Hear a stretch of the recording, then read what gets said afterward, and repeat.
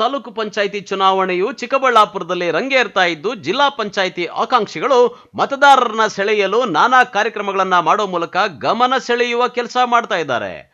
ಅದರಲ್ಲೂ ಚಿಕ್ಕಬಳ್ಳಾಪುರ ತಾಲೂಕಿನ ತಿಪ್ಪೇನಹಳ್ಳಿ ಜಿಲ್ಲಾ ಪಂಚಾಯಿತಿ ಟಿಕೆಟ್ ಆಕಾಂಕ್ಷಿಯಾಗಿರುವ ಆನೆಮಡುಗು ಹರೀಶ್ ರೆಡ್ಡಿ ಜನಪರ ಸೇವೆಗಳಲ್ಲಿ ಇತ್ತೀಚೆಗೆ ಹೆಚ್ಚು ಆಕ್ಟಿವ್ ಆಗಿದ್ದಾರೆ.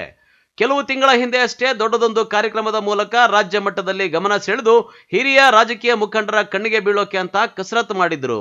ಶ್ರೀ ಹರಿಕೃಷ್ಣ ಫೌಂಡೇಶನ್ ವತಿಯಿಂದ ತಿಪ್ಪೇನಹಳ್ಳಿ ಜಿಲ್ಲಾ ಪಂಚಾಯಿತಿ ವ್ಯಾಪ್ತಿಗೆ ಬರುವ 100ಕ್ಕೂ ಹೆಚ್ಚು ಹಳ್ಳಿಯ ಬಡ ರೈತ ಕುಟುಂಬಗಳಿಗೆ 101 ಗೋವುಗಳನ್ನು ಉಚಿತವಾಗಿ ನೀಡಿದ್ರು.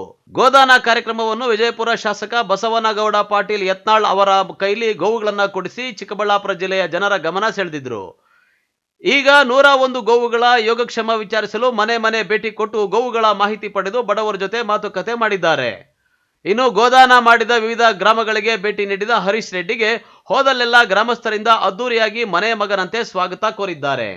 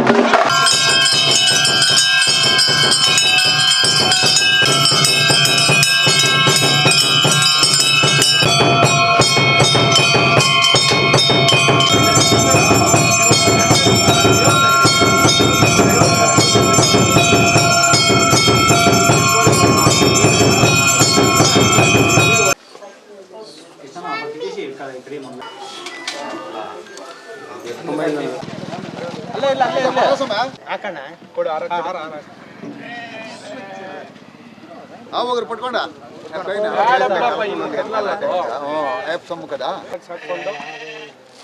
ಇದ್ರಾಗ ಮರಿ ಹಾಕಿದ್ಮೇಲೆ ನೀವು ಬೇರೆಯವ್ರಿಗೆ ದಾನ ಕೊಡ್ಬೇಕು.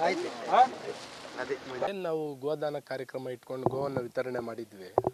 ಆವತ್ತಿನ ದಿನ ನಾವು ಯಾರ್ಯಾರಿಗೆ ಫಲಾನುಭವಿಗಳಿದ್ದಾರೋ ಅವ್ರನ್ನ ಪೂರ್ತಿಯಾಗಿ ನಾನು ಅವ್ರನ್ನ ಗಮನಿಸೋಕ್ಕೂ ಆಗಲಿಲ್ಲ, ವೀಕ್ಷಣೆನೂ ಮಾಡಿಲ್ಲ. ಯಾರು ಕೊಟ್ಟಿದ್ದೀವಿ ಅಂತಲೂ 60% ಮಾಹಿತಿ ನನಗಿರಲಿಲ್ಲ. ಏನು ನಮ್ಮ ಕುಟುಂಬ ಅಂತ ನನ್ನ ಜೊತೆ ಏನು ನಿಂತ್ಕೊಂಡಿತ್ತು, ನಮ್ಮ ಯುವಸೇನೆ, ನಮ್ಮ ಅಭಿಮಾನಿಗಳು, ನನ್ನ ಅಣ್ಣ ತಮ್ಮಂದರು, ನನ್ನ ಕುಟುಂಬದವರು, ಅವರೇ ಸಂಪೂರ್ಣ ಜವಾಬ್ದಾರಿಯನ್ನು ತಗೊಂಡು ಆ ಕಾರ್ಯಕ್ರಮವನ್ನು ನೆರವೇರಿಸಿದರು. ಹಾಗಾಗಿ ಅದಾದ ನಂತರ ಅವ್ರು ಯಾವ ರೀತಿ ಸಾಕಾಣಿಕೆ ಮಾಡಿದ್ದಾರೆ, ಯಾವ ರೀತಿ ಅದನ್ನು ಪೋಷಣೆ ಮಾಡ್ತಾಯಿದ್ದಾರೆ, ಅದನ್ನು ಯಾವ ರೀತಿ ಅವ್ರ ಕುಟುಂಬದಲ್ಲಿ ಆ ಗೋವನ್ನು ಅವರು ತೊಡಗಿಸ್ಕೊಂಡಿದ್ದಾರೆ ಅನ್ನೋ ಒಂದು ಕಾರಣ ಇಟ್ಕೊಂಡು ಅದನ್ನು ವೀಕ್ಷಣೆ ಮಾಡೋದಕ್ಕೋಸ್ಕರ ನಾನು ಈ ಕಾರ್ಯಕ್ರಮವನ್ನು ಆ ಗ್ರಾಮಸ್ಥರು ಹಮ್ಮಿಕೊಂಡಿದ್ರು. ಅವರು ಮನವಿ ಮೇರೆಗೆ ನಾನು ಇವತ್ತು ಈ ಗ್ರಾಮಕ್ಕೆ ಭೇಟಿ ಕೊಡ್ತೀನಿ. ನಿಮಗೆ ಗೊತ್ತು, ಚುನಾವಣೆ ಮಾಡಬೇಕಾಗಿ 7 ವರ್ಷ ಆಯಿತು. ಕ್ಯಾಟಗಿರಿ ಬರ್ತದೋ ಇಲ್ಲ ಗೊತ್ತಿಲ್ಲ. ಆದರೂ ಕೂಡ ನಾನು ಚುನಾವಣೆ ಉದ್ದೇಶ ಇಟ್ಕೊಂಡು ನಾನು ಈ ಕೆಲಸ ಮಾಡಿಲ್ಲ. ಭಗವಂತನೇನೋ ಒಂದು ಉದ್ದೇಶದಿಂದ ನನಗೆ ಆ ಒಳ್ಳೆ ಗುಣವನ್ನು, ನಮ್ಮ ತಂದೆ ತಾಯಿ ಆಶೀರ್ವಾದ, ನಾನು ನಂಬಿರೋ ಜನ ನನಗೆ ಆ ಒಂದು ಗಮನವನ್ನು, ನನ್ನ ಉದ್ದೇಶ ನನ್ನ ಮನಸ್ಸಲ್ಲಿ ಬಂದಿದೆ.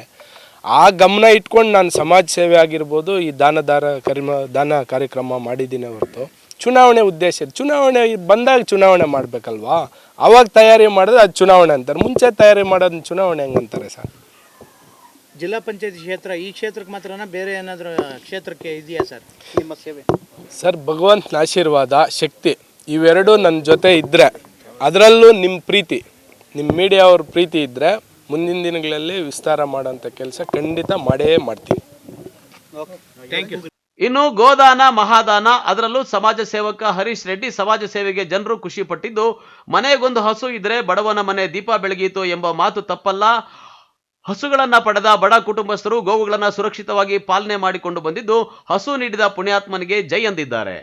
ಕ್ರಮ ನಮ್ಮ ಹೆಸಬಲಹಳ್ಳಿ ಪಂಚಾಯತಿ ವ್ಯಾಪ್ತಿಗೆ ಬರುವಂತಹ ಯಾಲಗೆರೆ ಗ್ರಾಮಕ್ಕೆ ನಮ್ಮ ಹರೀಶ್ ಕೆ ರೆಡ್ಡಿ ಅವರು ನಮ್ಮ ಹರಿಕೃಷ್ಣ ಫೌಂಡೇಶನ್ನ ವತಿಯಿಂದ ನಾವೇನು ಇವತ್ತು ಮೊನ್ನೆ 7ನೇ ತಿಂಗಳು 5ನೇ ತಾರೀಕು ರಾಸುಗಳನ್ನು ವಿತರಣೆ ಮಾಡಿದಾಗ ಅವ್ರಿಗೆ ಆ ಫಲಾನುಭವಿಗಳಿಗೆ ತಲುಪಿದ್ದು ಇಲ್ಲೂ ಅಂತ ಕೂಡ ನಾವು ಅವತ್ತು ನೋಡ್ಕೊಳ್ಳೋಕ್ಕಾಗಲಿಲ್ಲ.